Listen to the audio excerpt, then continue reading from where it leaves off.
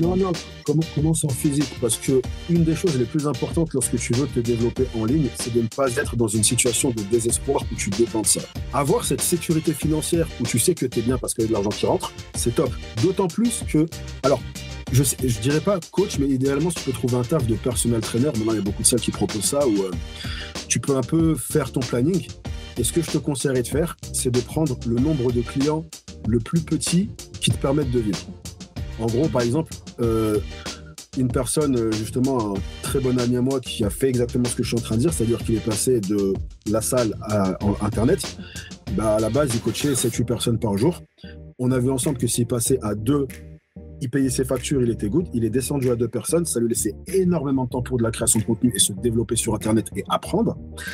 Et en fait, au fil du temps, eh ben, tu diminues la part de coaching en salle et tu augmentes ton activité en ligne.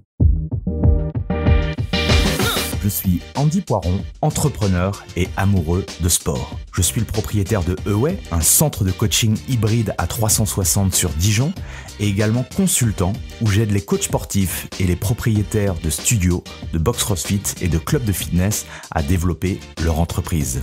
Le fitness est une passion et c'est aussi un business. Dans ce podcast, le business du fitness, je vais à la rencontre de personnes ordinaires qui vous partagent leur expérience extraordinaire. Au programme, on parle de leur parcours, de comment elles en sont arrivées là, et également de leurs difficultés, de leurs succès et de tous les éléments qui peuvent vous donner des idées pour votre propre entreprise. Se nourrir des autres est l'un des moyens les plus simples d'accélérer son propre parcours personnel. Donc faites-vous plaisir, écoutez, prenez des notes, laissez-vous inspirer et très bonne écoute.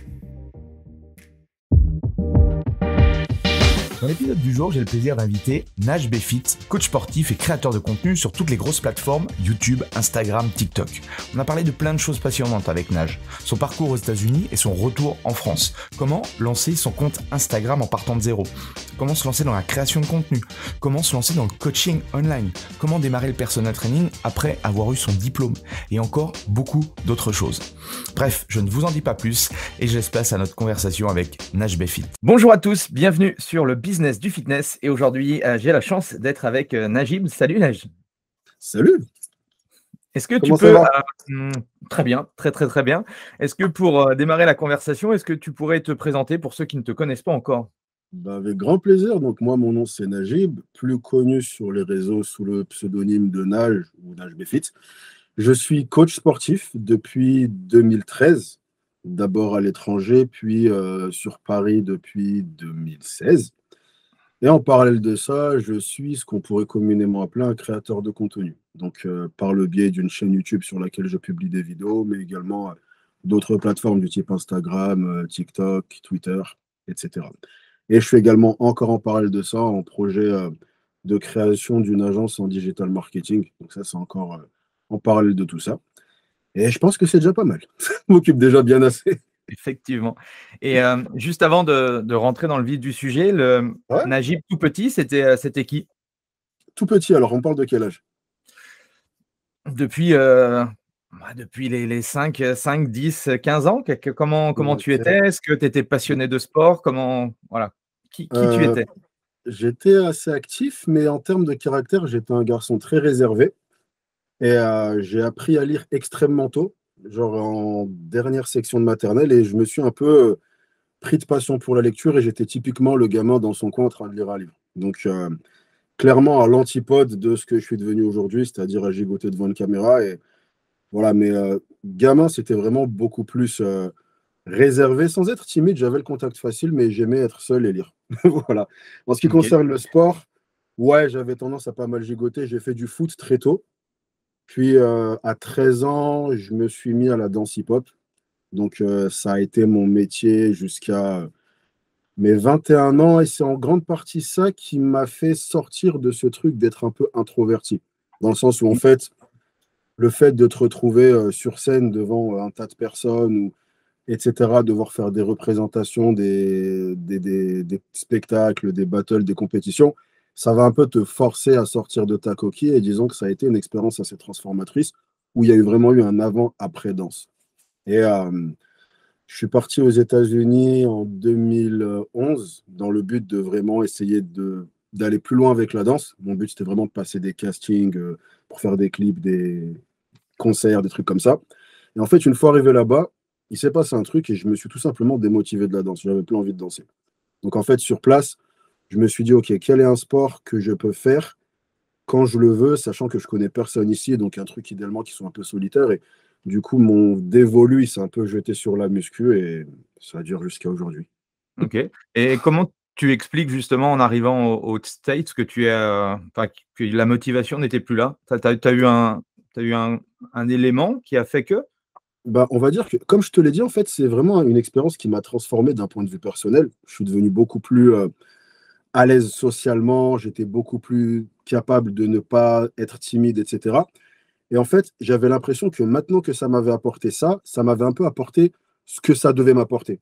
Et en gros, j'avais un peu cette impression où tu D'être restes arrivé au dedans, bout quoi, d'être mais tu as arrivé, un peu, t'as un peu pris ce que tu as à apprendre. Dans la danse, financièrement, c'est pas un truc de fou, tu vas pas en faire carrière. Ça veut dire que même si tu fais des clips, des castings, tu vas prendre 300 ou 400 balles. Enfin, c'est pas, voilà, c'est pas quelque chose où tu peux voir une perspective. Donc, d'un point de vue personnel, ça m'avait un peu apporté ce que ça devait m'apporter. Et je sais pas, j'ai ressenti ce truc où il fallait que j'essaye autre chose. OK. Et du coup, c'est, aux États-Unis que tu démarres, que tu découvres la musculation et que tu démarres Mm. une carrière là-bas, c'est ça? Alors en fait, donc je suis arrivé fin 2010, début 2011, donc à Boston, donc dans le nord-est des États-Unis. Et donc, comme je te disais, je cherchais un peu un sport que je pouvais faire dans mon temps libre, selon mon planning et sans avoir besoin de connaître personne. Donc, j'ai commencé la musculation. Ce qui s'est passé, c'est que j'ai assez rapidement été bien entouré et je suis un peu de nature à beaucoup me renseigner dès que je m'intéresse à un sujet. Donc, j'ai beaucoup lu, beaucoup appris. Et j'ai assez rapidement acquis un assez bon niveau. Et en fait, ce qui s'est passé, puis vu que je suis de nature très sociable, en fait, je parlais un peu avec tout le monde dans la salle. Du coup, naturellement, des gens ont commencé à me demander des conseils. Et moi, eh ben, j'avais à cœur de les aider. Donc, vas-y, dis-moi comment tu t'entraînes, comment tu manges, je peux te donner des conseils, etc. Et puis, de fil en aiguille, je commençais même à prendre des gens avec moi. Et je lui disais, bah, écoute, je peux te montrer quelques exercices. Comme ça, je vois si tu les exécutes bien, etc. Et de là, en fait, les gens de la salle voyaient ça et un peu naturellement venaient me voir en me disant, ah, je vous ai vu coacher, est-ce que je pourrais avoir vos tarifs et tout. Moi, j'étais là, non, je suis pas coach, hein, c'est juste, j'aide mes amis, mais c'est pas mon métier. Puis une personne, deux personnes, trois personnes, quatre personnes, et de fil en aiguille, en fait, j'ai commencé à me dire, écoute, toi, tu as un taf alimentaire que tu n'aimes pas, tu as fait toute ta vie des tafs que tu n'aimais pas, à savoir qu'à ce moment-là, j'étais barman. Et du coup, bah, tu fais ce taf parce qu'il faut faire un taf. En parallèle de ça, tu as découvert ce truc que tu aimes tellement que tu es prêt à le faire bénévolement. C'est peut-être qu'il y a quelque chose à faire. Et en fait, une chose n'arrive jamais seule. Au moment où je me faisais cette réflexion, c'était quand j'étais barman. En fait, il y a une personne que tu connais peut-être qui s'appelle Scott Mendelson, donc qui avait Mmh. un moment un record développé couché, c'était un gros bencher que j'ai rencontré justement dans mon bar. En fait, on s'est croisés, on a commencé à parler de musculation et de fil en aiguille, on a commencé à parler et je lui ai expliqué un peu que justement j'étais intéressé par le fait de devenir coach et il m'a dit bah moi je pense que j'aime bien ta personnalité, je pense que ça pourrait être cool que tu sois personnel trainer dans ma salle. Il avait une salle à Sherman Oaks en Californie, donc c'est au nord de Los Angeles. Mmh. Et de là, il me disait, bah, en gros, si toi, tu es prêt à faire l'aventure et partir à l'autre bout du pays, bah, on peut t'aider avec l'appart, la voiture, etc. On t'aide à trouver ça et tu passes une certif et tu deviens coach dans la salle. Et de là, en fait, eh ben, d'une part, il y avait le fait que je me suis dit, écoute, c'est une aventure. De toute façon, être aux États-Unis, peu importe où, c'est une aventure. Je ne suis pas chez moi, donc que je sois à l'est ou à l'ouest, c'est la même chose. Et en parallèle de ça, il y avait un peu le cadre de vie que j'avais à Boston qui était de plus en plus nocif, dans le sens où, en fait, quand j'étais barman, bah après, voilà, tu avais tout le lifestyle qui allait avec, je me la collais un soir sur deux, etc. Donc, c'était beaucoup d'alcool, beaucoup de drogue, etc. Et je me disais que j'avais vraiment besoin de ce truc-là, tu vois, pour m'en sortir. Donc, lui m'avait dit, bah écoute, on peut, on a commencé à parler, du coup, on est resté en contact, et lui m'avait trouvé un appart dans lequel je pouvais emménager, c'était 2 mois plus tard. Et en Mmh. fait, ce qui s'est passé, c'est que j'ai de, je peux pas savoir pourquoi, mais j'ai vraiment eu cette sensation qu'il fallait que je parte maintenant. Donc je lui ai dit, écoute, ok, l'appart, il est dans 2 mois, mais moi j'arrive. Et j'étais là-bas 2 semaines plus tard. Donc je me suis retrouvé là-bas 2 semaines plus tard. Et après, pendant 2 mois, je me suis retrouvé dans des auberges de jeunesse. J'ai dormi sur des fauteuils. Je prenais, voilà, j'allais chez des gens, etc. J'étais un peu en vadrouille pendant 2 mois. Et en parallèle de ça, à ce moment-là, c'est là où j'ai passé ma certification qui s'appelle le NASM. Là-bas, c'est un truc que tu passes Mmh. en 4 semaines. Et en fait, tout s'est goupillé à la perfection. J'ai terminé la certification en même temps que l'appart s'est libéré, donc j'ai pu emménager, en même temps que j'ai pu commencer à bosser. Ce qui tombait bien parce que de toute façon, après un mois et demi à faire l'aventurier, j'avais plus une thune.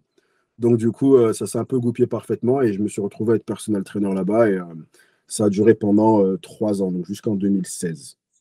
Tu es parti à quel âge aux States? Alors, je suis parti là-bas à 21 et je suis revenu à 26. OK. Et comment c'était la vie là-bas? Enfin, tu y allais dans quel état d'esprit en sachant que voilà, tu voulais être dans la danse ou autre, mais partir à 21 ans, Non, c'était même après, je pense que culturellement, bon, déjà, j'étais parti aux USA à 2 reprises.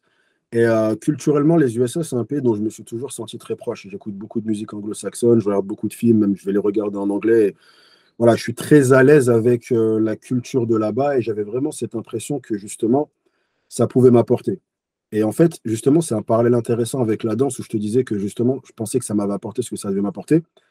J'ai un peu eu cette sensation également avec les USA, dans le sens où ça m'a vraiment apporté sur des niveaux, dans des domaines où j'avais des lacunes, ne serait-ce que tu vois sur cet aspect qu'ils ont de croire en soi, en fait. Ils sont très axés autour du fait de croire en soi, il n'y a rien d'impossible, enfin voilà, limite presque à l'excès. Mais justement, être là-bas et m'être imprégné de ça, ça m'a apporté des bases qui jusqu'à aujourd'hui, en fait, professionnellement et personnellement, m'aident beaucoup. Et mmh mh. je pense que c'est vraiment le plus gros apport. Et 5 ans aux États-Unis, ça a été la période la plus transformatrice, clairement, que j'aurais pu avoir, sachant que je suis vraiment parti là-bas sans connaître personne, aucun contact de France, je sais pas quoi, je devais me débrouiller par moi-même et ça m'a vraiment fait grandir de 20 ans en 5 ans. Tu vois. Et en fait, arrivé au bout de ces 5 ans, au même titre que j'ai eu cette sensation de la danse, chapitre terminé, j'ai eu pareil avec les US. Début 2015, du jour au lendemain, je me suis dit, OK, il est temps de rentrer. Je ne sais pas pourquoi, mais je sentais qu'il était temps de rentrer. Et du coup, le temps de m'organiser, et je suis rentré fin 2015, début 2016. OK. Et ta période de personal trainer aux States, ça s'est passé comment? Les débuts, ta formation? Comment tu t'es senti, enfin, tu t'es senti tout de suite à l'aise? Bah, là-bas, on va dire qu'ils sont très axés sur le terrain. C'est beaucoup moins codifié qu'en France, où en France, tu vas quand même avoir. Ils vont pas te jeter dans l'arène comme ça. Tu vas quand même avoir des bases, ils vont t'apprendre des choses. Donc, tu arrives avec un certain bagage en France. Aux US, le NASM, tu le passes en 4 semaines, il survole. Le test, c'est une blague. Tu te retrouves sur le terrain direct. Parce qu'il faut savoir que déjà là-bas, aux US, le métier de coach, il est beaucoup moins vu comme un métier. Ça veut dire que la plupart des coachs, ils ont un truc à côté. Tu vois, c'est genre le mec, il va être avocat et il a ses 2, 3 clients à côté. Les OK. seules personnes qui vont faire du coaching à temps plein, c'est généralement des gens qui vont avoir un client à très haut profil, du genre un PDG de quelque chose ou un acteur ou un chanteur ou autre. Et généralement, cette personne-là, c'est leur seul client. Et ils vont le voir 4 ou 5 fois par semaine. Des fois, souvent, ils habitent chez eux et ça leur fait un salaire. Mais hormis ces gens-là, la plupart des gens, en tout cas, à la période où j'étais, très peu de gens étaient coachs à temps plein et ils faisaient que ça. OK.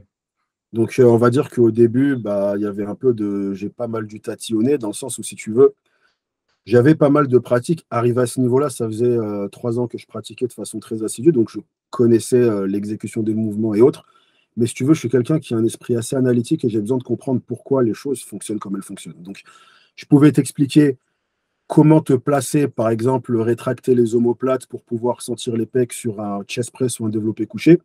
Mais anatomiquement, je ne savais pas. Et en fait, ça me frustrait. Donc, en parallèle de ça, j'ai énormément lu, je me suis beaucoup renseigné sur la physio.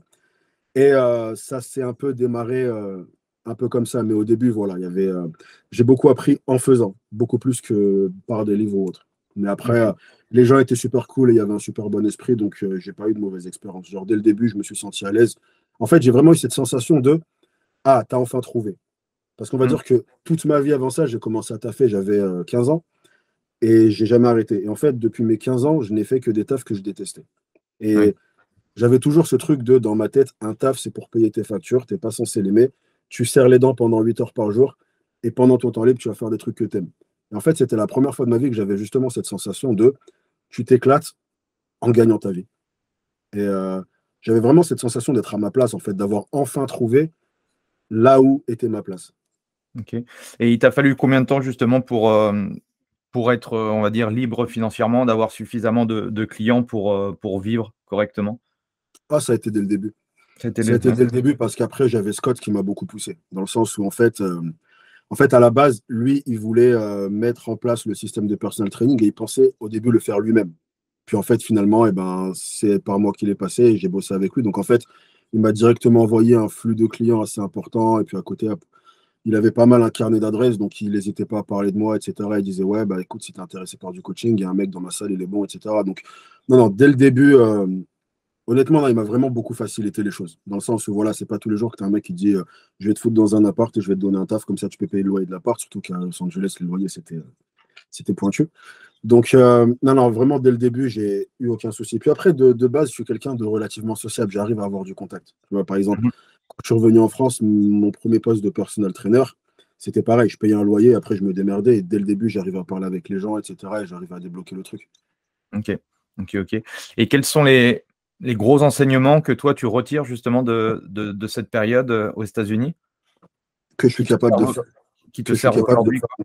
que je suis Ouais. capable de faire n'importe quoi et que même si ça se passe mal, je peux retourner la situation. En fait, il faut savoir que quand je suis arrivé à Boston, en fait, j'avais un endroit où vivre pendant un mois, mais après, il fallait que je trouve autre chose. Et en fait, j'ai pas trouvé directement et j'ai été SDF pendant 3 mois à Boston. Donc, en gros, je me suis retrouvé à dormir dans des voitures. Et Boston, il faut savoir que tu prends l'hiver à Paris, tu le multiplies par 5. C'est des froids glaciaux, tu vois. Et je me suis retrouvé en plein mois d'octobre, novembre et décembre à dormir dans des voitures en plein hiver. Et en fait, arrive à ce Comment tu moment-là, étais à ce moment-là, au niveau mentalement, mindset, ouais, mentalement?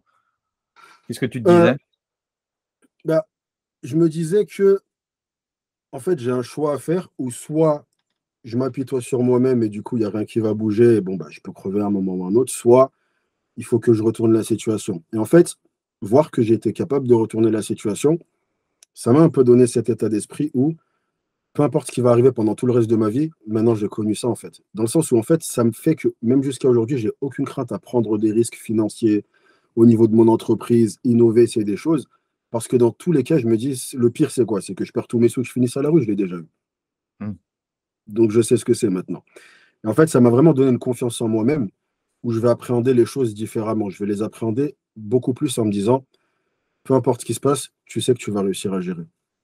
Et comment tu tires cette énergie? Est-ce que c'est, justement ton éducation, les personnes que tu as pu rencontrer, bah, comme tu disais aux États-Unis? Comment tu expliques ça? Bah, je pense que c'est beaucoup par ce qu'on appelle le renforcement positif. En gros, les expériences que tu vas avoir dans ta vie vont renforcer un certain état d'esprit. Quand tu vis la même chose beaucoup de fois, ton état d'esprit se conditionne à se dire, ça, c'est la vie. Et en fait, le fait d'avoir été dans des situations très sombres et m'en être échappé, ça a fait une sorte de conditionnement positif à mon cerveau, où maintenant mon cerveau s'est dit, tu en es capable, en fait. Mmh. Tu vois, c'est comme quelqu'un où tout le monde passe son temps à lui dire, oh, t'es beau, t'es beau, t'es beau, t'es beau. Maintenant, dans sa tête, il est beau. Qu'il soit beau ou pas, si on lui Mmh. a répété du matin au soir, il est beau. Au même titre, le fait d'avoir été dans des situations relativement négatives, tu vois, c'est peu de gens ont connu ça et heureusement, je le souhaite à personne. Mais avoir vu qu'au final, aujourd'hui, je m'en tire très bien et Dieu merci, tu vois, ça fait qu'en fait, ça m'a créé ce conditionnement. Et cette base de conditionnement, ça fait que les autres obstacles que j'ai eus par la suite, parce que j'en ai eu d'autres, j'ai un peu eu le même état d'esprit et à chaque fois, j'ai réussi à retourner la situation. Ce qui fait qu'à chaque obstacle où j'ai retourné la situation, ça a encore plus conditionné mon Tu te cerveau renforces un à peu se plus, dire, quoi. quoi qu'il arrive, tu gères. Oh, il y a un nouvel obstacle, tu en as géré 19 derrière. Et une fois que j'aurai géré celui-là, eh ben maintenant, j'ai encore plus cette certitude. Mmh. Excellent. Et Mm. qu'est-ce qui change fondamentalement entre le fitness, aux États-Unis et le fitness en France, par rapport à ce que tu as pu voir? C'est beaucoup plus du chacun pour sa peau et c'est beaucoup plus agressif. Dans le sens où là-bas, par exemple, là-bas, comme je t'ai dit, le métier de coach n'existe pas. Au même titre que, par exemple, si tu vas dans les cercles de la forme, si tu vas chez Keep Cool, si tu vas chez Amazonia, ils ont leurs coachs qui sont employés en CDI. Là-bas, tu n'as pas ça. Là-bas, c'est que des personal trainers qui payent un loyer à une salle. Ok, tu as payé tes 600-700 balles. Bah, pendant tout ce mois-ci, tu peux coacher. Allez, va coacher. Mais ils ne t'aident pas. Et c'est à toi d'aller. Donc là-bas, il y a certes une dimension où tu dois être bon techniquement, connaître la musculation. Mais en parallèle de ça, tu dois également être un bon marketeur. Il faut savoir te vendre. Et là-bas, c'est beaucoup plus impitoyable. Par exemple, tu peux avoir quelqu'un qui est en train de coacher un élève. À la fin de la séance, un autre coach va aller voir l'élève en question et lui dire, excuse-moi, juste, j'étais en train de voir ton coach ce qu'il te faisait faire. Tu sais, c'est pas top, hein. Si jamais tu as besoin que je te montre vraiment comment t'entraîner, et ils se tirent dans les jambes et ils se prennent les élèves. Enfin, Ah oui, c'est... carrément. OK. Ah ouais, non, c'est beaucoup plus la fosse au lion là-bas. Et OK. c'est vraiment, en gros, on va dire, il faut un peu cocher toutes les cases, dans le sens où, en fait, il faut être bon coach, c'est-à-dire être capable d'amener des résultats. En parallèle de ça, il faut que toi, visuellement, tu aies un peu ce corps qui soit une carte de visite. En parallèle de ça, il faut savoir gérer ta communication. À l'époque où j'étais, les réseaux, c'était pas très développé, ça commençait, mais que ce soit sur les réseaux ou même dans la vraie vie. En fait, il faut un peu cocher toutes ces cases. Et du coup, tu te retrouves un peu dans un environnement où là-bas, tu as 10% des coachs qui se partagent 90% des opportunités. Mm. Donc voilà, c'est très contrasté là-bas. En France, ce sera beaucoup plus, on est beaucoup plus assisté dans notre métier de coach, peu importe nos qualités en termes de je sais me vendre, pas me vendre, mon physique à la tête de l'emploi, pas la tête de l'emploi. Il y a déjà beaucoup plus une structure qui fait que tu vas quand même pouvoir vivre de ton métier. Là-bas, c'est beaucoup plus marche ou crève. Ok. Et du coup, j'allais te poser la question par rapport à ce que c'était aux États-Unis où tu as commencé à comprendre l'intérêt de devenir un média, de créer du contenu, le personal branding, ou c'est quand tu es rentré vraiment en France que Non, tu non, as… je l'ai connu longtemps après ça. En fait, on va dire que historiquement, les gens qui me connaissent depuis des années, mes amis d'enfance, ma famille, ils sont choqués de voir que je fais ce que je fais aujourd'hui parce que historiquement, j'ai toujours détesté les réseaux sociaux. Ok. J'étais typiquement le genre de mec qui va avoir un discours aigri, te dire un truc du genre non, mais maintenant les gens ils savent plus communiquer, ils sont scotchés à leur télé. J'étais ce mec-là. Tu vois, donc tu vois, je refusais d'avoir Instagram. J'avais un compte Facebook pour parler avec mes amis de France, etc. Après, Twitter pour m'informer un peu, Snapchat, je voulais pas en entendre parler. Et en fait, du coup, je suis revenu, comme je te l'ai dit, en France en 2016. Et donc, moi, je suis arrivé un peu comme une fleur. Je me suis dit, bon, bah, j'ai ma certification de coach, je vais aller coacher. Et de là, on m'a dit, Pep, non, en France, c'est un diplôme. Il faut que tu ailles faire une formation, ça dure 1 an, etc. Ça s'appelle le BPGEPS. Donc, du coup, je me suis renseigné sur le BPGEPS, j'ai vu combien ça coûtait et autres. Donc, d'abord, j'ai fait 1 an où j'ai travaillé, donc j'ai combiné deux tafs. J'ai fait l'accueil dans une salle de sport donc, qui s'appelait Fitness Price dans le 12e arrondissement. Aujourd'hui, ils ont été rachetés par les Cercles de la Forme. D'ailleurs, mon collègue de taf, c'était Alex Levent, qui est sur YouTube aussi.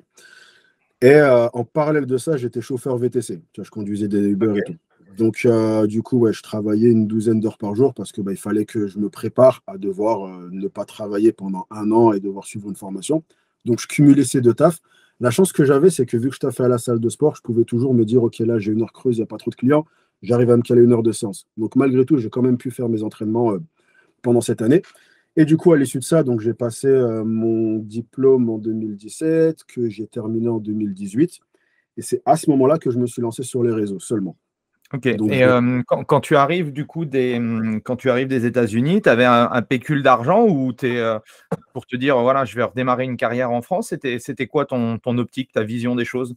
non, non, je suis un peu revenu à la freestyle. On va dire que, comme je t'ai dit, vu que je sais que j'ai confiance en moi, je sais toujours. Pour te donner un. J'étais dans l'avion, je ne savais pas où j'allais dormir en atterrissant. Ok, ok, ok.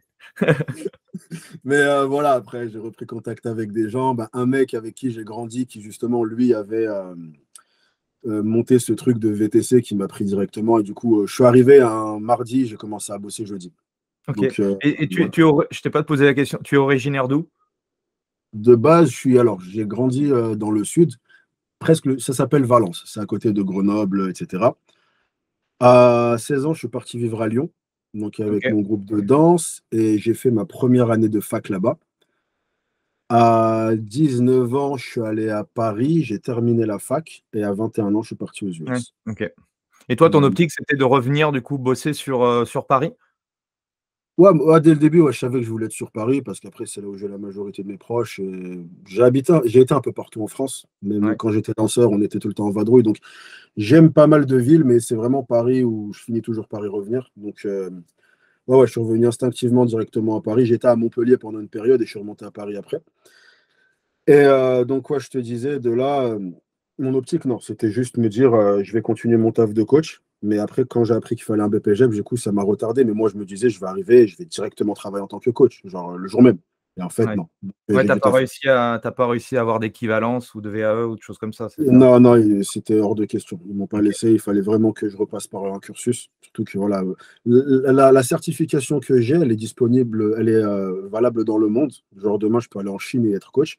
Et elle n'est pas valable dans 3 pays au monde, dont la France. Voilà. Donc, Ouais. Et du coup, toi qui avais déjà bossé, qui avais une expérience, ouais. retourner du coup faire cette année, ça a été comment pour toi? Comment tu l'as vécu cette année-là? Ah, c'était très dur. C'était très dur parce que En fait, j'avais un peu cette impression de faire un pas en arrière. D'autant Mm. plus que j'étais de retour en France, donc j'étais content parce que du coup, je pouvais reprendre contact avec mes proches qui m'avaient manqué. Sauf que je travaillais du matin au soir non-stop. Enfin, en gros, ma journée type, c'était que je me levais à 5 heures. De 6 heures à 10 heures, je faisais du VTC. De 10 heures à 18 heures, j'étais à la salle de sport. Et dans un moment ou un autre, je vais trouver le temps de m'entraîner. Je faisais mes 1 heure et demie d'entraînement tous les jours.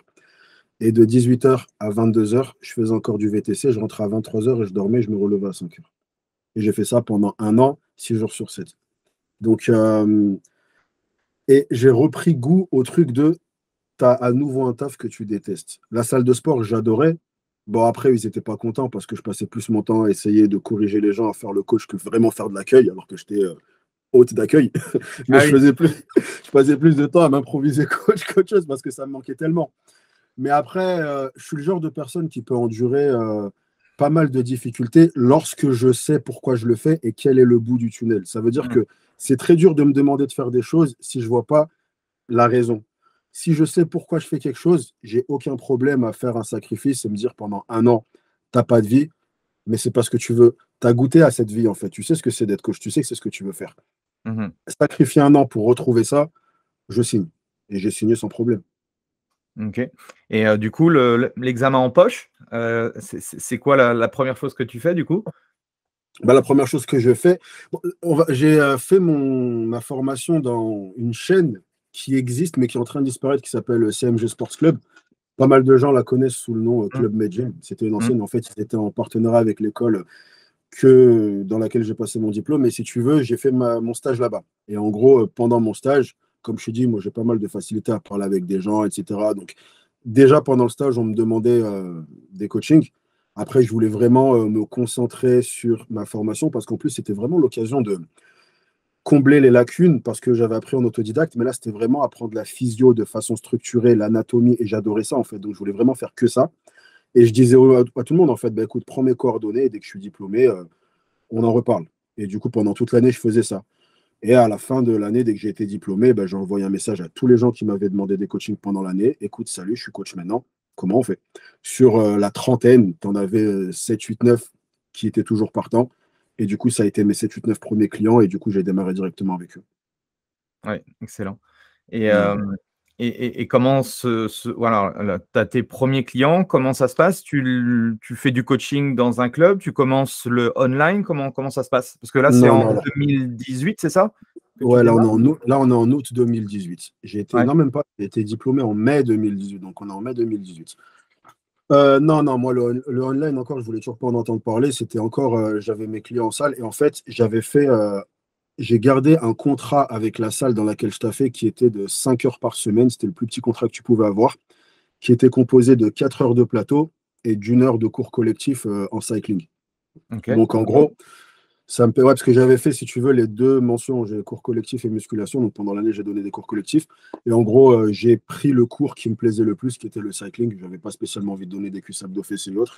Donc, du coup, le fait d'avoir un contrat chez eux, ça me donnait un peu un pied à l'intérieur qui fait que je pouvais venir tous les jours et coacher et y fermer un peu les yeux. Officiellement, ce n'était pas autorisé, mais je m'entendais super bien avec tout le monde et même jusqu'au siège. Donc, en gros, ils me voyaient arriver le matin à 7 heures et repartir à 21 heures. Ils savaient très bien pourquoi j'étais là et ça dérangeait pas forcément les gens. Puis, je ramenais du monde, etc. Et je le faisais de façon respectueuse et c'est passé. Donc, du coup, voilà, le 5 heures par semaine que je travaillais là-bas me permettait de continuer à exercer mon truc en tant que personal trainer. OK. Et c'est à ce moment-là où j'ai créé mon compte Instagram en août 2018. Mais au début, c'était très light. Au début, c'était très light. En fait, je l'ai plus vu comme une façon de pouvoir prodiguer des conseils pour les élèves que j'avais déjà. En gros, Mmh. au début de mon Instagram, c'était vraiment très, très technique, très, très coach. Je l'ai un peu fait, tu sais, je me trouvais un peu des excuses parce que j'avais un peu l'impression d'avoir retourné ma veste. Dans le sens où toute ma vie, je me suis dit, les réseaux, c'est la décadence du monde et maintenant, je me retrouve sur Instagram. Et donc, j'avais un peu besoin de me rassurer. Je me disais, non, mais toi, c'est pour ton taf, donc tu vas pas raconter ta vie, tu vas pas faire des trucs. C'est juste, tu parles de ton taf. Et donc, au début, c'est ce que j'ai fait. J'ai vraiment donné simplement des conseils. Alors voilà, 5 raisons de s'hydrater. Voilà, raison 1, 2, 3, 4. à la prochaine. C'était voilà, c'était à l'époque où tu faisais des posts, puis je bossais tellement, tu vois, donc c'était genre, je trouvais quelqu'un dans la salle, tiens, vas-y, prends-moi en photo vite fait sur une machine, et j'écrivais un post entre deux clients et je le balançais, quoi. Puis en fait, de là, je commençais de temps en temps, je laissais un peu déborder ma personnalité et je me rendais compte que les gens aimaient beaucoup, en fait. Quand je le faisais, les gens me disaient, bon, j'étais vraiment suivi que par mes élèves à ce moment-là. Ils me disaient, ah, c'était cool quand tu cales une petite blague ou deux, etc. Et de là, j'étais tellement suivi que par mes élèves, je me disais, bon, bah, ça peut être cool de un peu interagir et tout. Donc, je commençais un peu à faire des posts un peu plus interactifs. Et de fil en aiguille, bah, mes élèves partageaient et autres. Ça a commencé à attirer du monde. Mais pas tant que ça, c'était vraiment très petit. Et on va dire qu'après, il y a eu vraiment une période de 2 ans, donc de mai 2018 à juste avant la pandémie, où ça a été la même chose. C'est-à-dire, je faisais du contenu sur les réseaux. Je commençais un peu à m'ouvrir et à un peu être plus interactif. Mais en fait, en parallèle de ça, euh, je coachais vraiment beaucoup, à savoir que j'arrivais à la salle à 6 heures, je m'entraînais de 6 heures à 8 heures et je coachais de 8 heures à 19-20 heures. Et je faisais ça, là, c'était 7 jours sur 7 par contre. Et donc, voilà, les réseaux, je faisais un peu à droite, à gauche. J'ai ouvert ma chaîne YouTube fin en 2019, mais pareil, je faisais une vidéo par mois et encore. Et en fait, à ce moment-là, déjà, je sentais que ça commençait à créer une sorte d'engouement quand je faisais des choses sur les réseaux, les gens appréciaient. Et je me disais un peu, ouais, tu pourrais faire quelque chose de concret et de porteur sur les réseaux, mais je travaille trop, j'ai pas le temps pour ça. Et Mhm. en fait, pendant 2 ans, j'étais dans cet état d'esprit où je bricolais un peu sur les réseaux avec le peu de temps libre que j'avais, je faisais une vidéo par-ci par-là, et ça avait des bons retours, mais je me disais, bon, toi, tu es un vrai coach, tu es à la salle, tu es sur le terrain, tu n'as pas trop le temps de faire l'Instagrammeur, donc fais des posts par-ci par-là, mais ton vrai métier, c'est coach. Et j'ai tenu ce rythme jusqu'à la pandémie. Ce qui s'est passé ensuite, c'est qu'on a eu la pandémie et les salles ont fermé. Et si tu veux, en fait, je suis quelqu'un qui n'est jamais, j'ai jamais eu aucune aide, chômage, je ne sais même pas comment on s'y prend pour faire la demande. De mes 15 ans à aujourd'hui, j'ai travaillé non-stop toute ma vie. Donc pour moi, travail égale argent. Pas de travail égale t'es dans la galère. Donc quand les salles ont fermé, j'ai un peu paniqué, où je me suis dit, OK, bon, bah là, tu n'as plus de travail, comment tu vas gagner ta vie?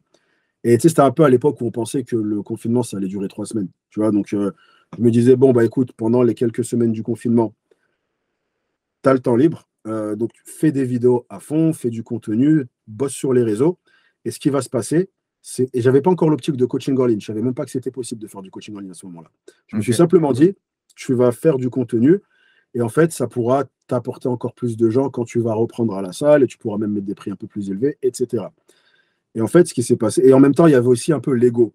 Parce que ça faisait 2 ans que je me disais, tu pourrais faire un truc sur les réseaux, mais tu n'as pas le temps. Et bien là, tu as le temps maintenant. Donc vas-y, on regarde. Tu vois, donc Et qu'est-ce qui fait que tu as eu le déclic du coup d'utiliser Instagram ou autre alors que tu étais au début réfractaire? C'était quoi? C'était quelqu'un, une ouais. formation que tu as suivie, des choses Ah non, non, c'était vraiment juste le simple fait de me dire, eh ben, écoute, maintenant tu as un taf, tu as envie de le promouvoir, donc fais hein. un Instagram de coach. Mais il n'y a pas eu non, de déclic et j'ai vraiment jamais suivi la moindre formation, à part pendant la pandémie où j'ai une très bonne amie à moi, Sylvain, qui s'appelle, elle a fait sa formation et du coup, j'ai un peu été son cobaye lorsqu'elle l'a créé. Mais hormis ça, avant tout ça, non, j'avais jamais fait de formation. C'était vraiment très instinctif. Pour preuve, jusqu'à aujourd'hui, quand je parle avec des gens qui sont dans le community management ou des choses comme ça, ils me disent les trois quarts des trucs que tu fais, on dit de pas les faire en formation, en fait, c'est contre-productif. Mais par l'expérience, j'ai Comme appris quoi, par exemple? Ouais, bah, comme par exemple le fait de très peu répondre aux commentaires ou le fait de ne pas avoir de planning de poste, je poste un peu de façon sporadique, le fait de ne pas partager mes posts sur mes autres plateformes, je fais très peu de cross nana, sur Instagram, je dis jamais aux gens de s'abonner, enfin, en gros, tout ce qu'ils disent en formation, tu l'inverses et c'est moi. Ok. Mais voilà, tu vois, après, c'est un peu ce que j'ai fait. Donc non, il n'y a vraiment eu aucune formation, c'était que du freestyle. Mais Et en gros, ouais, et qu'est-ce que tu. Parce que moi, bon, j'interagis avec beaucoup de personal trainers, de coachs, ouais. et souvent les coachs me disent, ouais, j'ai pas le temps de créer du contenu, voilà, c'est trop chronophage, etc. Qu'est-ce que tu pourrais leur répondre? Est-ce que c'est encore opportun aujourd'hui de créer son Instagram ou d'autres plateformes? Qu'est-ce que tu en penses par rapport à ça? Bah, non seulement c'est opportun, mais c'est même nécessaire en fait, dans la mesure où ça devient de plus en plus un outil qui va assurer le fait que les gens te découvrent comme ça en fait. À l'heure actuelle, quelqu'un qui cherche un coach, il va quasiment même plus sur Google, il va directement sur Instagram. Donc on en arrive à un stade où ça devient vraiment limite une quasi-obligation. Maintenant, la principale crainte que les gens ont, c'est de se dire Instagram est saturé. Le truc, en fait, c'est qu'il faut toujours garder un truc à l'esprit lorsqu'on va se mettre sur les réseaux, c'est que nous, on est des coachs. Avant tout. Ok, je peux avoir beaucoup d'abonnés sur Insta, mais je reste un coach. Et le truc, c'est qu'en fait, la dynamique pour nous, elle est différente des influenceurs. Tu vois? Et ce que j'entends par là, c'est que oui, Instagram peut avoir tendance à être saturé d'influenceurs, lifestyle et autres. Et encore, si tu es bon dans ce que tu fais, tu peux te tirer ton épingle du jeu. Mais des professionnels de la remise en forme qui arrivent à avoir un compte informatif et ludique, c'est pas saturé du tout. Mhm. Et non Qu'est-ce que seulement tu leur dirais du coup au coach pour se lancer le plus rapidement possible? d'exécuter. En fait, si tu veux, lorsque tu vas créer du contenu, tu vas un peu développer déjà ton identité parce que si tu veux, il faut savoir avec quoi tu es à l'aise. Ça, tu peux le savoir qu'en faisant du contenu. Il faut Mhm. savoir ce qui va avec toi parce que par exemple, il y a des concepts qui peuvent être super, mais toi, quand tu les fais, c'est pas bon parce que ça ne te va pas. Et il faut savoir également ce que tu aimes faire parce que pour produire du contenu de façon régulière, il faut aimer ce que tu fais. Si tu fais des choses que tu n'aimes pas, tu ne vas pas durer. Mais en fait, tout ça, là, ça part de la base de exécuter des choses. Donc en fait, dès le début, ne te perds pas en planification. Parce que c'est Mhm. le problème de 90% des gens de se dire non, mais attends, je vais chercher le concept parfait, je vais d'abord. Et ils passent un peu ce truc de brainstormer, d'analyser des comptes, etc. Le truc, c'est qu'en fait, même ce truc parfait va être amené à évoluer. Donc, la base de tout, c'est déjà de se lancer et de ne pas se juger si au début ton contenu n'est pas parfait. Parce que beaucoup de gens vont avoir un peu cette erreur de regarder des créateurs de contenu ou des coachs expérimentés et s'attendre à ce que dès le début, ce soit à ce niveau-là. Non, va prendre la chaîne de n'importe quel coach qui te sert un peu de rôle modèle et va voir sa première vidéo, Mhm. tu vois. Et beaucoup de gens, en fait, se mettent un peu cette pression de si c'est pas parfait, autant que je le fasse pas. Non, parce que de toute façon, te rapprocher de cette perfection-là va se faire par l'exécution. Parce qu'en plus, tout à l'heure, j'ai parlé de renforcement positif. Commencer à faire du contenu qui commence à avoir de l'engagement, qui commence à avoir des retours, les gens commencent à apprécier, des gens commencent à se dire que les conseils que tu donnes sont de qualité, etc. Ça vient en plus créer cette dynamique et ce cercle vertueux qui déjà te donne des idées pour savoir quoi faire par la suite, mais qui en même temps vient te donner envie de créer parce que tu commences à avoir ce début de reconnaissance et ce début de... Tu vois que tu impactes la vie des gens et c'est une belle chose. Mais tout Mhm. ça, tu l'as qu'en créant, en fait. Pas en Oui, puis étant. surtout qu'au début, en plus, tu as 10 personnes et donc ce sont soit les membres de ta famille, soit les personnes les plus proches de toi. Donc, l'idée, c'est voilà, de créer du contenu pour s'habituer. Et comme tu dis, en fonction du contenu et des choses que je vais créer, je vais avoir plus d'affinité sur des choses et peut-être un petit peu moins sur d'autres, quoi. Voilà, d'autant plus que de toute façon, euh, une vidéo ou un contenu ou un post ou peu importe qui ne fonctionne pas, la seule chose que tu perds, c'est qu'il ne fonctionne pas. Surtout maintenant avec les réseaux qui ont beaucoup tendance à partager les posts qui ont de l'engagement et un peu tuer les posts qui n'ont pas d'engagement. Mhm. Donc en fait, un post qui ne marche pas, c'est un post qui ne marche pas. Réessaye le prochain, peut-être que lui marchera, sinon réessaye encore. Mais Mhm. découvre, tatillonne et expérimente. Les gens ont un peu trop ce truc de tout le monde est là aux aguets en train d'épier la moindre erreur pour te tomber dessus et se foutre de ta... Non, les gens, ils s'en foutent. Si tu fais un truc qui floppe, tu fais un truc qui floppe. Le truc, c'est qu'en fait, va voir n'importe qui regarde assidûment mon contenu et dis-lui, OK, cite-moi 3 vidéos de nage. Il va te citer 3 vidéos qui ont eu d'excellents résultats. Il a oublié les 50 que j'ai fait avant qui ont floppé.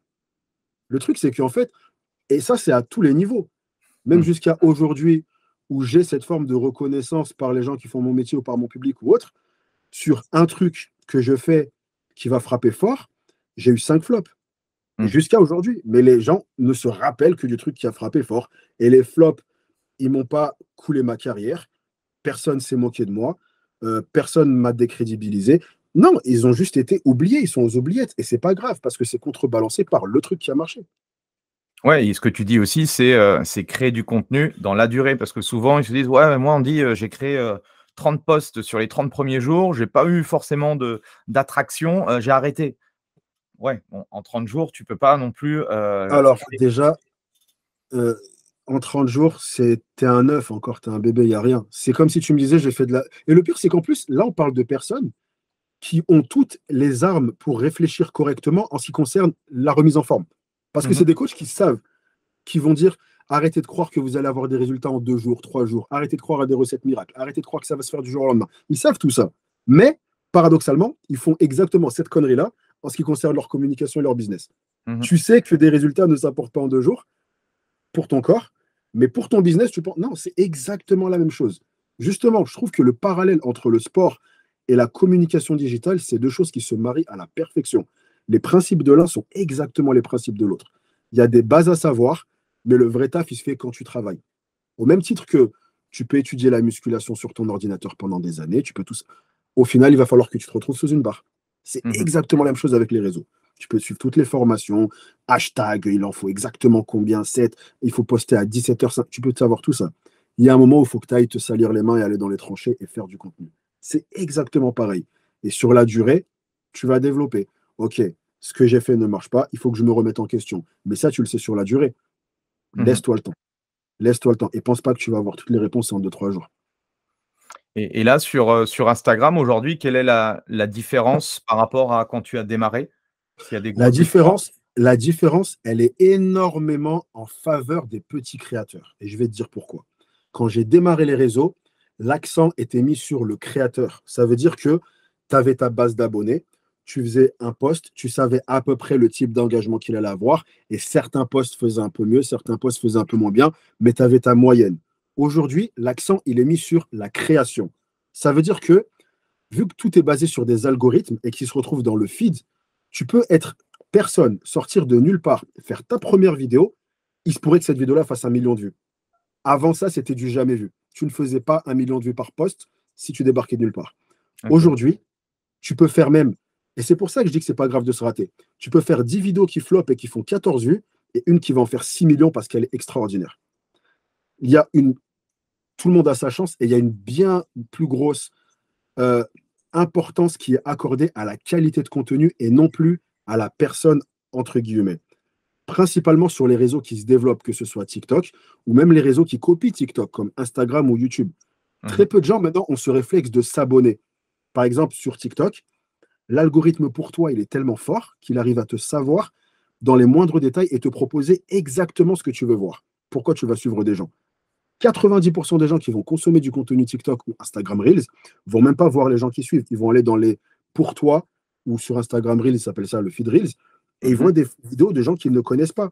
Donc, tout le monde a sa chance bien plus qu'il y a 5 ans quand je me suis lancé. Bien, bien plus. Et toi, tu fais du super contenu. En tout cas, j'adore ce que tu fais. Ça Merci te prend beaucoup. ça te prend combien de temps de faire aujourd'hui de faire des reels ou des choses comme Alors, ça? Comment? YouTube me prend beaucoup, beaucoup de temps. C'est vraiment YouTube le gros de mon travail. Au niveau d'Instagram, je vais avoir, ça va me prendre environ 1 heure et demie par jour. OK. Voilà. Est-ce qu'aujourd'hui, tu disais qu'au démarrage, tu lançais des posts en fonction de ce que toi, tu ressentais le moment. Est-ce que c'est encore le cas ou est-ce que tu es un peu plus structuré où tu je- sais une semaine non, sur l'autre? je suis beaucoup plus structuré maintenant. Ouais, Par exemple, sur mes plateformes, je vais avoir un rythme d'à peu près 2 publications par jour et par plateforme. ouais, Et ce que je vais faire en général, c'est que je vais venir alterner un contenu éducatif et alterner un contenu beaucoup plus léger et humoristique.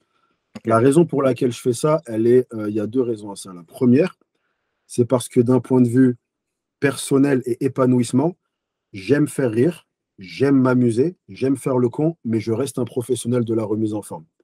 Et je veux toujours garder cette casquette. Je veux pas non Mmh. plus être simplement un mec marrant ou un mec qui fait l'animateur ou qui divertit les gens. J'aime bien faire rire, mais j'aime bien également aider les gens avec des problématiques et tout simplement partager les connaissances que j'ai accumulées. Et la deuxième raison, et là on est plus sur une raison d'un point de vue mercantile ou business, ou appelle ça comme tu veux, c'est qu'en fait, cette stratégie-là va créer un cercle vertueux où les contenus humoristiques vont avoir une beaucoup plus grosse viralité. Ça veut dire qu'ils ont plus le potentiel de toucher énormément de gens. Mmh. Les contenus connaissances vont avoir une beaucoup plus grosse valeur d'un point de vue de mon business, en termes de vente de programmes, de mettre en avant mon site, etc. Donc on va dire qu'il y a une stratégie qui s'est développée, ça s'est fait un peu tout seul au fil du temps, qui est que le contenu humoristique va m'exposer à une large audience et mon contenu éducatif va venir monétiser cette audience. OK. Et Donc je fais en sorte d'alterner l'un à l'autre. aujourd'hui, quel est ton objectif par rapport justement à cette création de contenu? En sachant qu'aujourd'hui, tu as des grosses communautés dans chacune des plateformes. Mm. C'est quoi ton objectif par rapport à ça?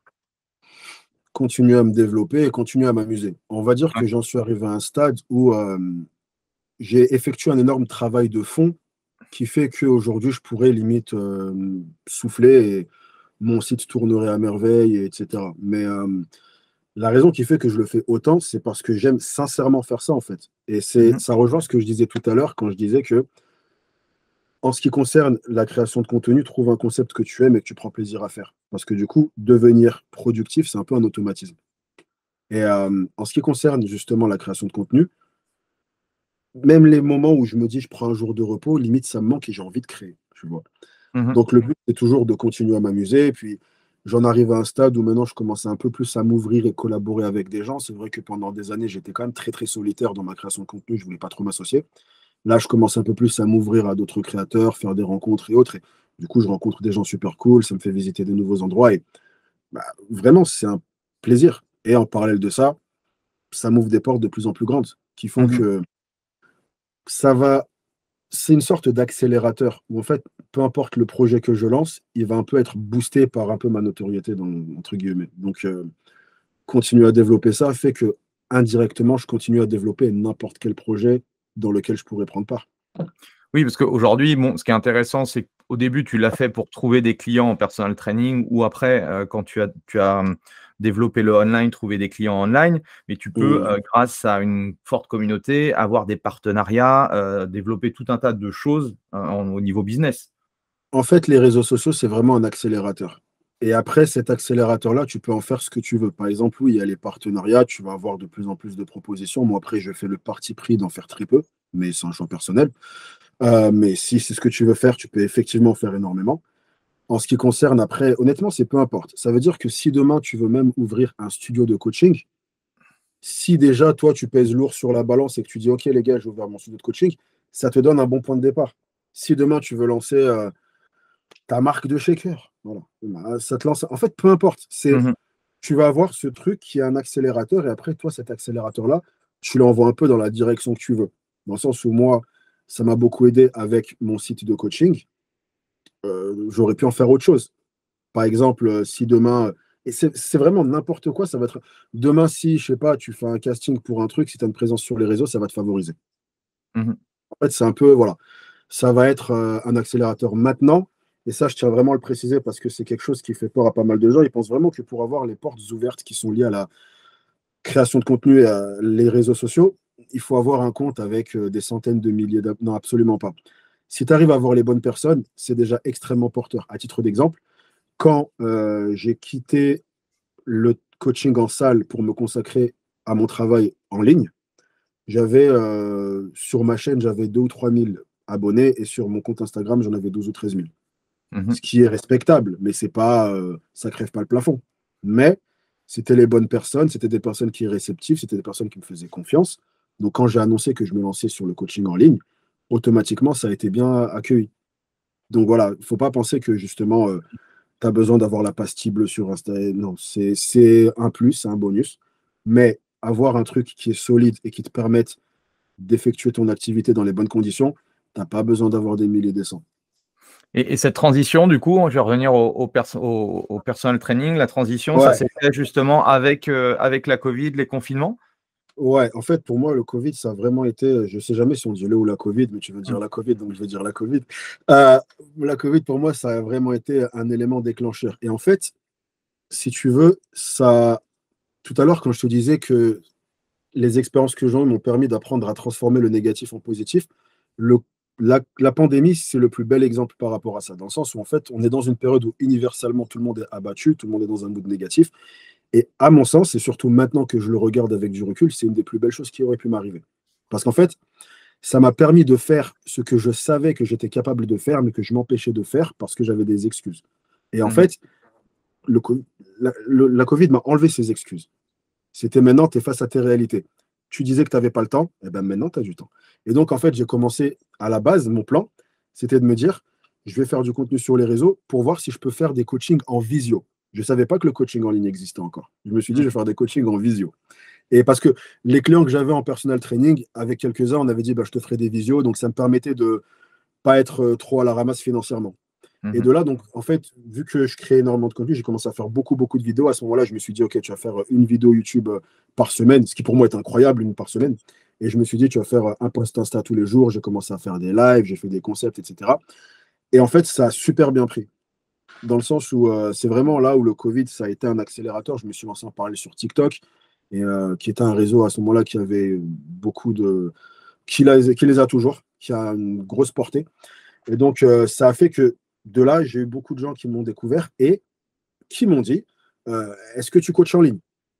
Et moi, à ce moment-là, je ne savais pas. Mais bon, tu as une personne qui te propose du coaching. Donc, je commençais à regarder sur Internet. J'ai vu que les gens prenaient telle somme. J'ai dit OK, je vais m'aligner, je vais faire ça. Et en fait, je ne savais pas trop ce que je faisais, mais je me suis dit écoute, tu es en galère d'argent, tu sais coacher, tu vas le faire. Et en fait, au début, je l'ai fait vraiment de façon. J'ai découvert sur le tas. Genre, au début, j'envoyais même les programmes par SMS. Enfin, je ne savais pas du tout ce que ça. Et en parallèle de ça, je me suis mis sur Wix. J'ai passé des nuits blanches à apprendre à créer un site. Je me suis créé un site. J'ai appris à faire des templates sur PowerPoint pour avoir un truc propre. Je suis allé dehors, j'ai pris des photos pour un peu illustrer mes trucs. J'ai fait des vidéos explicatives pour mes élèves. Et en fait, en même temps que je vendais des programmes en ligne, j'apprenais à être coach en ligne, en fait. J'ai vraiment fait les deux en parallèle. Et ça s'est professionnalisé au fil du temps, etc. Et ça a assez bien marché. Et au début, du coup, vu que j'avais cette base de clients, ils me mettaient en story, je les partageais, il y avait un engouement, du coup, les gens étaient intrigués, etc. Arrivé à un stade, j'ai même commencé à refuser du monde parce que je commençais à ne plus pouvoir suivre les programmes qu'on me demandait. Et en fait, ça a tellement bien marché qu'arrivé en juin, les salles réouvrent en Île-de-France. À ce moment-là, j'étais personal trainer à Fitness Park Place de Clichy. Donc, le club m'appelle, me dit Nage, c'est bon, le club va réouvrir, tu peux revenir. J'ai dit les gars, en vrai, je ne vais pas revenir. Là, en fait, je vais voir. Et de là, jusqu'à aujourd'hui, je travaille en ligne. Ça a été mon point de départ. Ok. Et c'est quoi ta définition du coaching en ligne? La définition du coaching en ligne, c'est être capable de recréer l'expérience que tu pourrais avoir en salle. Un client que tu as en ligne, même s'il est complètement débutant, tu dois être capable d'effectuer avec lui un apprentissage qui pourrait se rapporter à ce que tu pourrais faire en salle.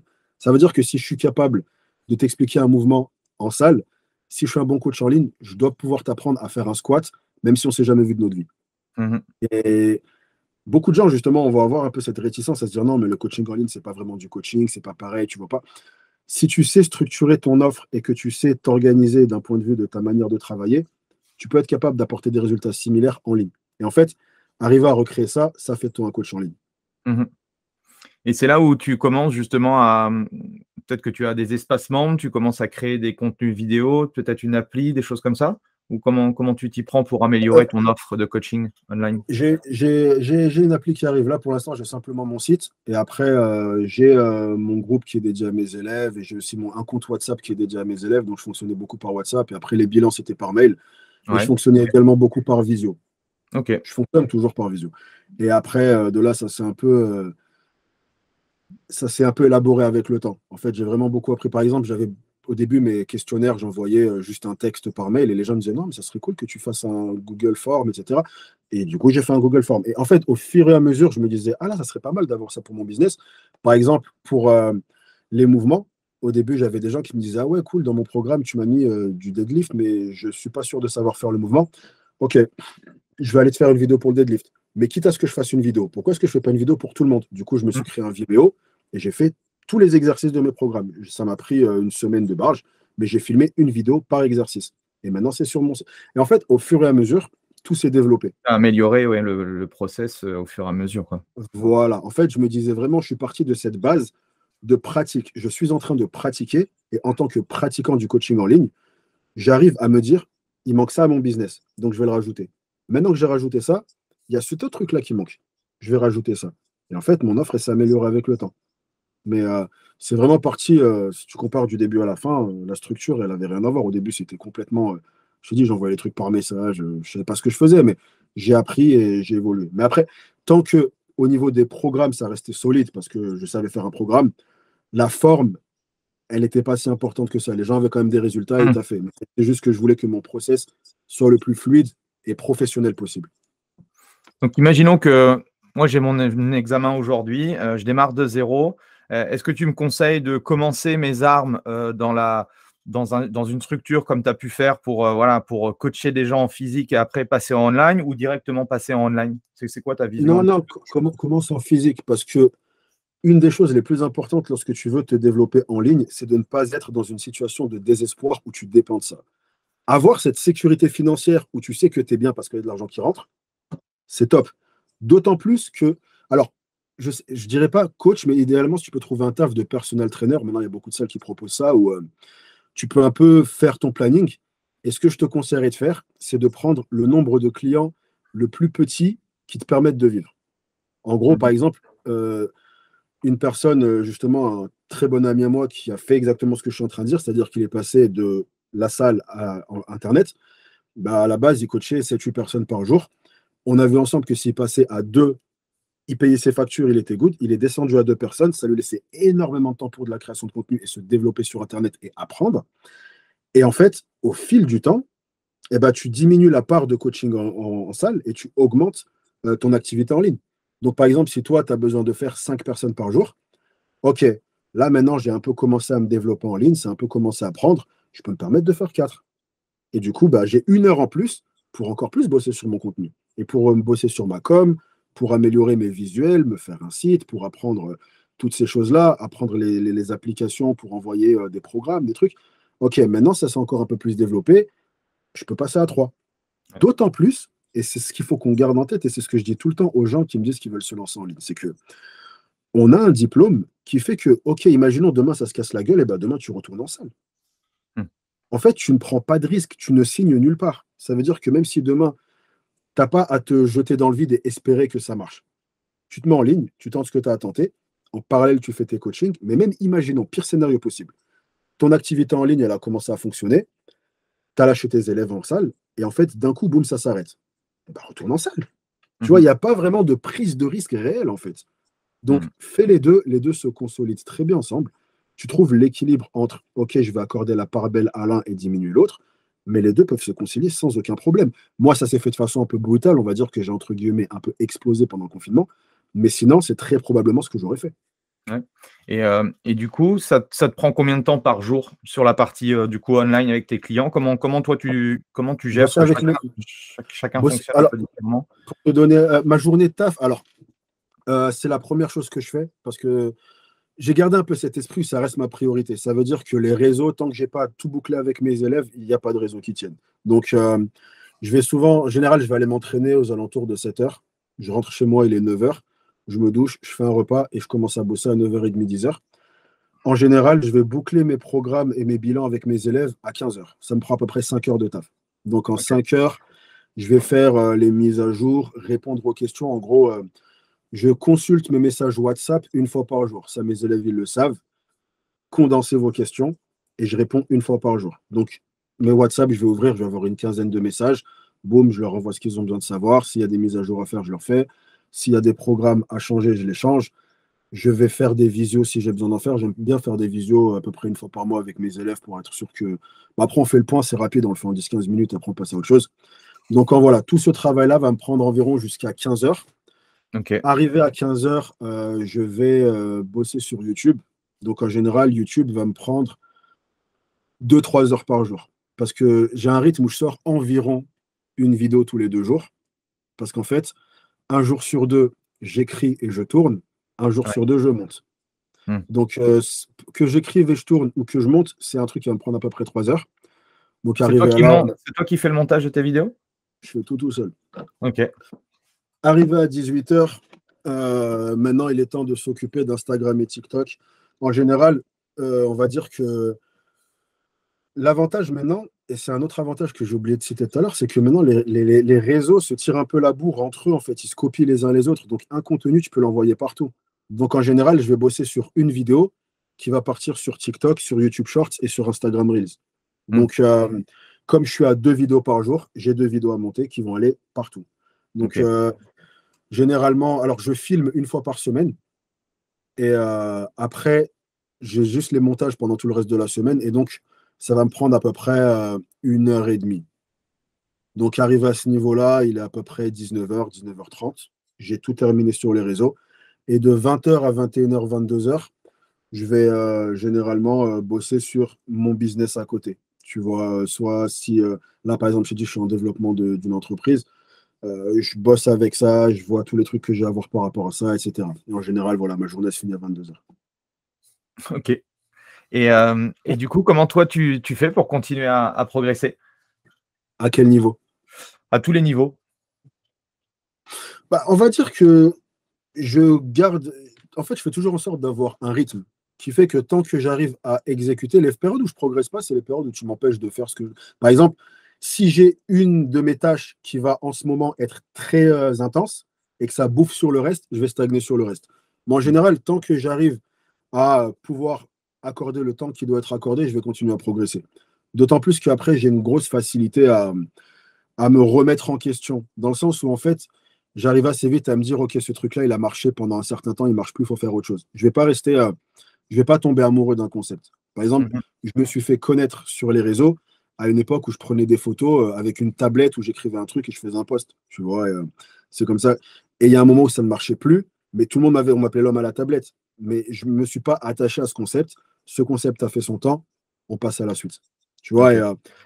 le fait d'être en perpétuelle remise en question fait que tu continues à progresser. Les gens qui ne progressent plus, c'est les gens qui se reposent sur leur acquis et se disent, OK, c'est bon, j'ai gagné. Tu n'as jamais Mmh. vraiment gagné, en fait. Donc, tant que je ne perds pas cette capacité à me remettre en question et à me dire, OK, là, ce que j'ai fait pendant un certain temps, eh ben, il faut passer à autre chose. Non, je continuerai toujours à progresser. C'est quoi ta vision toi du coaching dans les années à venir? C'est un métier où il va y avoir énormément d'innovation. Il y a beaucoup, beaucoup de choses qui se créent. On va dire que le fait que la création de contenu soit de plus en plus accessible, dans le sens où ne serait-ce que quand j'ai commencé les réseaux, fallait avoir une caméra capable de capturer des bonnes vidéos, qu'il fallait maîtriser des montages. À l'heure actuelle, n'importe quel téléphone sorti dans les 3 dernières années fait des superbes vidéos. Il y a des logiciels ou des applications gratuites comme CapCut qui font limite le montage à ta place. Donc en fait, il y a de moins en moins cette barrière technique. Et du coup, maintenant, c'est beaucoup plus les idées. Et je vois beaucoup de coachs commencent à essayer pas mal de concepts, ils commencent à comprendre les codes. Et du coup, la suite inévitable, c'est que tu auras des gens qui auront maîtrisé ces codes. Et quand tu maîtrises les codes, qu'est-ce que tu fais? Tu innoves. Donc je pense qu'à partir des prochaines années, là, les 3-4 prochaines années qui arrivent, on va voir pas mal de belles innovations, que ce soit d'un point de vue création, mais aussi d'un point de vue business, des coachs qui vont arriver avec des concepts qu'on n'a peut-être pas encore vus, des façons de travailler qu'on ne connaît pas encore. Et moi, je trouve que c'est top parce que justement, en fait, ça crée un environnement où toi-même, si tu veux rester un peu dans la conversation, tu dois toi-même commencer à innover et ça pousse un peu cet élan de créativité où tout le monde se dépasse. Et je trouve que c'est top. Donc, non, non, c'est un métier qui a un super bel avenir à tous les niveaux. Je pense que c'est une très belle période pour être coach, là, cette période dans laquelle on vit. Tu as des personal trainers que toi tu adores, qui te permettent de justement de t'inspirer, enfin qui t'inspirent ou autre? Au niveau de leur façon de bosser ou au niveau de Ouais, leur. ouais, au niveau de leur façon de bosser, de ce qu'ils font, de ce qu'ils proposent? Alors, au niveau de leur façon de bosser, il y a c'est un groupe de personal trainers qui s'appelle Renaissance Périodisation. Il y a, je ne sais pas si tu as vu passer, bon, le plus connu de tous, c'est un mec qui s'appelle Dr. Mike Israetel. Mmh. Et voilà, c'est des mecs qui sont pas mal axés power, mais après qui vont avoir une grosse approche biomécanique, etc., que je trouve vraiment top. Et maintenant, j'ai beaucoup moins le temps de me poser et lire des trucs, donc j'apprends beaucoup par rapport à des podcasts. Et Ouais. vraiment, leur podcast, il fait vraiment partie de ceux que j'écoute beaucoup. Après, pour parler des Français, un dont j'admire vraiment, dont j'apprécie beaucoup le contenu d'un point de vue, sa manière de distiller ses informations, c'est un mec qui s'appelle Fitness Smith, ou, Ah oui. qui fait un podcast qui est pas très connu et qui, pour moi, devrait l'être plus. Et donc, bah, qui fait un podcast qui s'appelle, je crois, La Pause Fitness. Et ses connaissances sont solides, mais c'est surtout sa manière de les distiller et sa pédagogie que je trouve vraiment top. Donc, pareil, ça fait partie des podcasts que j'écoute et j'aime beaucoup. Hormis ça, après, c'est vraiment beaucoup plus. J'ai une grosse capacité à prendre des petits éléments à droite et à gauche. Donc, en fait, quasiment tous les personal trainers m'inspirent. Je vais voir quelqu'un et je vais me dire, OK, ce truc-là qu'il a fait, c'est fort. Ce truc-là qu'il a, cette manière-là qu'il a de tourner. Et en fait, inconsciemment, mon cerveau va un peu mettre tout ensemble. Et de là, en fait, va créer un truc où si tu vois le produit fini que moi je vais faire, tu pourrais jamais te dire que je me suis inspiré de ça, ça, ça. Mais parce que j'ai pris des petits éléments à droite à gauche, mon cerveau les a un peu regroupés ensemble et ça a donné naissance à un nouveau truc. Donc en vrai, j'ai beaucoup cette capacité à m'inspirer de quasiment tout le monde. N'importe qui avec qui j'ai une conversation, je vais percevoir un truc où je me dis ça, c'est pas mal. OK. Et tu nous as parlé de podcasts. Est-ce que tu aurais éventuellement un livre que tu recommandes souvent? Alors, je lis pas mal des trucs anglophones. Un livre français que j'aime pas mal, c'est. Non, c'est même pas français, j'allais dire Hypertrophie de Brachenfeld, n'importe quoi. Oui, mais Un livre. c'est pas grave si c'est anglo-saxon, mais Bah oui. après, je pense que tu peux le trouver en version traduite. Ouais, peut-être, peut-être. Mais ouais, mon livre du moment que j'aime pas mal, c'est Hypertrophie de Brad Schoenfeld, bah après, pareil, qui fait partie aussi. Pour lui, c'est beaucoup plus un chercheur qu'un personal trainer, mais Ouais. pareil, qui fait partie des personnes bah, beaucoup de connaissances qu'on a qui évoluent en ce moment, c'est pas mal grâce à lui, en fait. Il remet pas mal en question beaucoup de dogmes qu'on a, tu vois, je le trouve vraiment cool. Après, comme je te l'ai dit, je lis de moins en moins de livres, malheureusement. J'ai toujours été un grand lecteur de livres, mais là, c'est très restreint. Euh, j'ai même pas d'autres exemples à te donner là tout de suite. En livre, d'un point de vue musculation, je regarde un peu ma bibliothèque, mais c'est vrai que ça fait longtemps que. Non, je vais pas te dire Au quelque chose. niveau business, il y a pas le dernier livre que tu aies lu? Alors, au niveau business, c'est un livre qui s'appelle Le Livre de la Jungle. Bah, ça a été fait par The Family, mais il y a un autre. Bon, tu cherches Le Livre de la Jungle, tu trouveras. C'est un livre qui parle des startups, mais en gros, Ouais, il va parler principalement des startups, mais appliquer les principes à n'importe quelle entreprise, même une auto-entreprise. OK. Donc, c'est un livre que je trouve vraiment top et que j'ai pas encore fini. Après, au même titre que par rapport aux connaissances musculation, je m'informe beaucoup par rapport au podcast. Il y a pas mal de podcasts business que j'écoute aussi. Un businessman qui m'inspire beaucoup, il s'appelle Gary Mmh. Vaynerchuk, et qui, pareil, beaucoup plus au niveau de son mindset et de sa manière de transmettre son message. En fait, j'avais toujours, tu vois, toute ma vie, j'ai un peu été frileux par rapport au monde des entrepreneurs où je trouvais que c'était un peu un monde de requins. Pour moi, c'était un peu, il fallait que tu écrases les gens. Et c'est quelque chose qui a jamais été dans mes principes, en fait. Et pour moi, c'est vraiment le premier exemple que j'ai vu d'un mec qui est autant performant d'un point de vue business, mais qui arrive à avoir, tu vois, ce message de bienveillance envers les autres, en fait. Et ça m'a énormément inspiré. En fait, je me suis dit, je peux être un businessman, mais être une personne cool. Et Mmh. un peu automatiquement, ça fait un peu un déclic dans ma tête où je me suis dit, bah voilà, t'as plus à te mettre ces barrières vis-à-vis de l'entrepreneuriat parce que dans ta tête, c'est un milieu où il faut forcément couper des têtes. Tu vois, lui, il l'a fait, il a réussi, il n'a pas coupé de tête. En tout cas, à ma Ouais, connaissance. Gary Vee au niveau, production de contenu, c'est assez énorme. C'est assez fort. Oui, et d'autant plus que voilà, et pour moi, tu vois, c'est un peu l'exemple type de ce que je disais tout à l'heure quand je te disais, il faut pas avoir un produit fini et te calquer à ça. Parce que par exemple, lui, il fait partie des gens qui m'inspiraient. Puis il y a un jour où j'ai appris qu'il avait une équipe d'une trentaine de personnes pour son contenu. Ah oui. Et je me suis dit, ah ben voilà, c'est normal, nanana. Puis en fait, il a fait un podcast où il expliquait qu'avant même d'avoir une équipe, il passait des nuits blanches sur Twitter à répondre à chaque message. Parce qu'à l'époque, il était dans le vin. Et il répondait à chaque message où il y avait le mot vin dans le tweet. Tu vois, et en fait, il faisait ça pendant des 5 6 heures toutes les nuits. J'ai dit, OK, je peux plus parler maintenant. Même tu vois, c'est juste que maintenant, ce qu'il fait, c'est une extension de ce qu'il faisait déjà, mais il avait la base de productivité. Mais oui, bien sûr, d'un point de vue productivité, il se recycle, il est très, très fort. Et non, il m'a beaucoup, beaucoup inspiré à ce niveau-là. Beaucoup. Et est-ce que tu veux nous parler de ton nouveau business, du coup, le fait de monter, tu veux quoi? Tu veux monter une agence de Ouais, création? c'est vraiment une agence de création de contenu. Je suis encore en train de voir avec la personne avec qui je suis associé avec quelqu'un. Elle aimerait le faire de façon générale. Moi, j'aimerais vraiment le faire axé pour les coachs sportifs. Je veux Mhm. vraiment, en fait, je me suis un peu rendu compte que si tu veux, il y a énormément de coachs, dont plein sont même des potes à moi, tu vois, qui sont de superbes techniciens, qui sont d'excellents coachs au niveau connaissance et qui, en fait, si tu veux, n'ont pas ce bagage marketing qui leur permettrait de, si tu veux, pouvoir pleinement explorer ce qu'ils sont capables de faire professionnellement. Et une des grandes problématiques que j'ai eues quand j'ai passé mon BPGEP, c'est qu'à aucun moment on te parle de ça, en fait. Tu vois, on te met, et à ma connaissance, STAP, c'est. Euh, BPGEPS. non, le troisième, c'est Dust. Oui. STAP, c'est Dust, tu vois, à ma connaissance, c'est la même chose. Et le truc, c'est qu'en fait, ça fait partie limite 50-50 de ton taf. Et le fait que qu'on n'en parle pas dans les formations, je trouve que c'est un truc de malade, surtout en 2023, où c'est une part de plus en plus importante. Et donc, je me suis dit que justement, ça pourrait être cool de pouvoir faire une agence qui pourrait accompagner les gens dans cette partie de leur travail. En gros, vous êtes des bons techniciens, on va vous expliquer comment être des gens qui savent se vendre et vous cocherez toutes les cases. Donc, c'est quelque chose qu'on est en train de développer. Après, j'ai un peu un tempérament où j'aime être confiant dans le travail que je produis et proposer quelque chose qui est à la hauteur de mes expériences. Donc, je peux même pas donner de date. Seule chose que je peux dire, c'est que ça verra pas le jour tant que c'est pas exactement comme je veux. Ok. Mais mon but, c'est que ce soit vraiment l'agence référence type où tu prends n'importe quel coach, quel que soit son background, il peut ne jamais avoir pris une seule photo de sa vie. Après ça, il sait communiquer. On l'accompagne à tous les niveaux et après ça, il sait communiquer. Et tant que j'ai pas réussi à créer ça, et ça va être beaucoup de travail, c'est déjà beaucoup de travail, ça sortira pas. Donc ça me prend beaucoup de temps, je travaille dessus. On verra ce que ça donne, mais c'est vraiment un projet qui me tient beaucoup à cœur. Tu vois, je garde toujours ce truc où coach, au-delà d'être mon métier, c'est vraiment mon métier de cœur. J'aime le métier de coach, tu vois, sincèrement. Et si justement, tu vois, je peux apporter ma pierre à l'édifice et pouvoir justement élever ce métier à ma manière, c'est un truc que je ferais, tu vois. Et c'est pour ça que ce projet me tient autant à cœur. Et non, j'y passe beaucoup de temps. Je passe énormément de temps.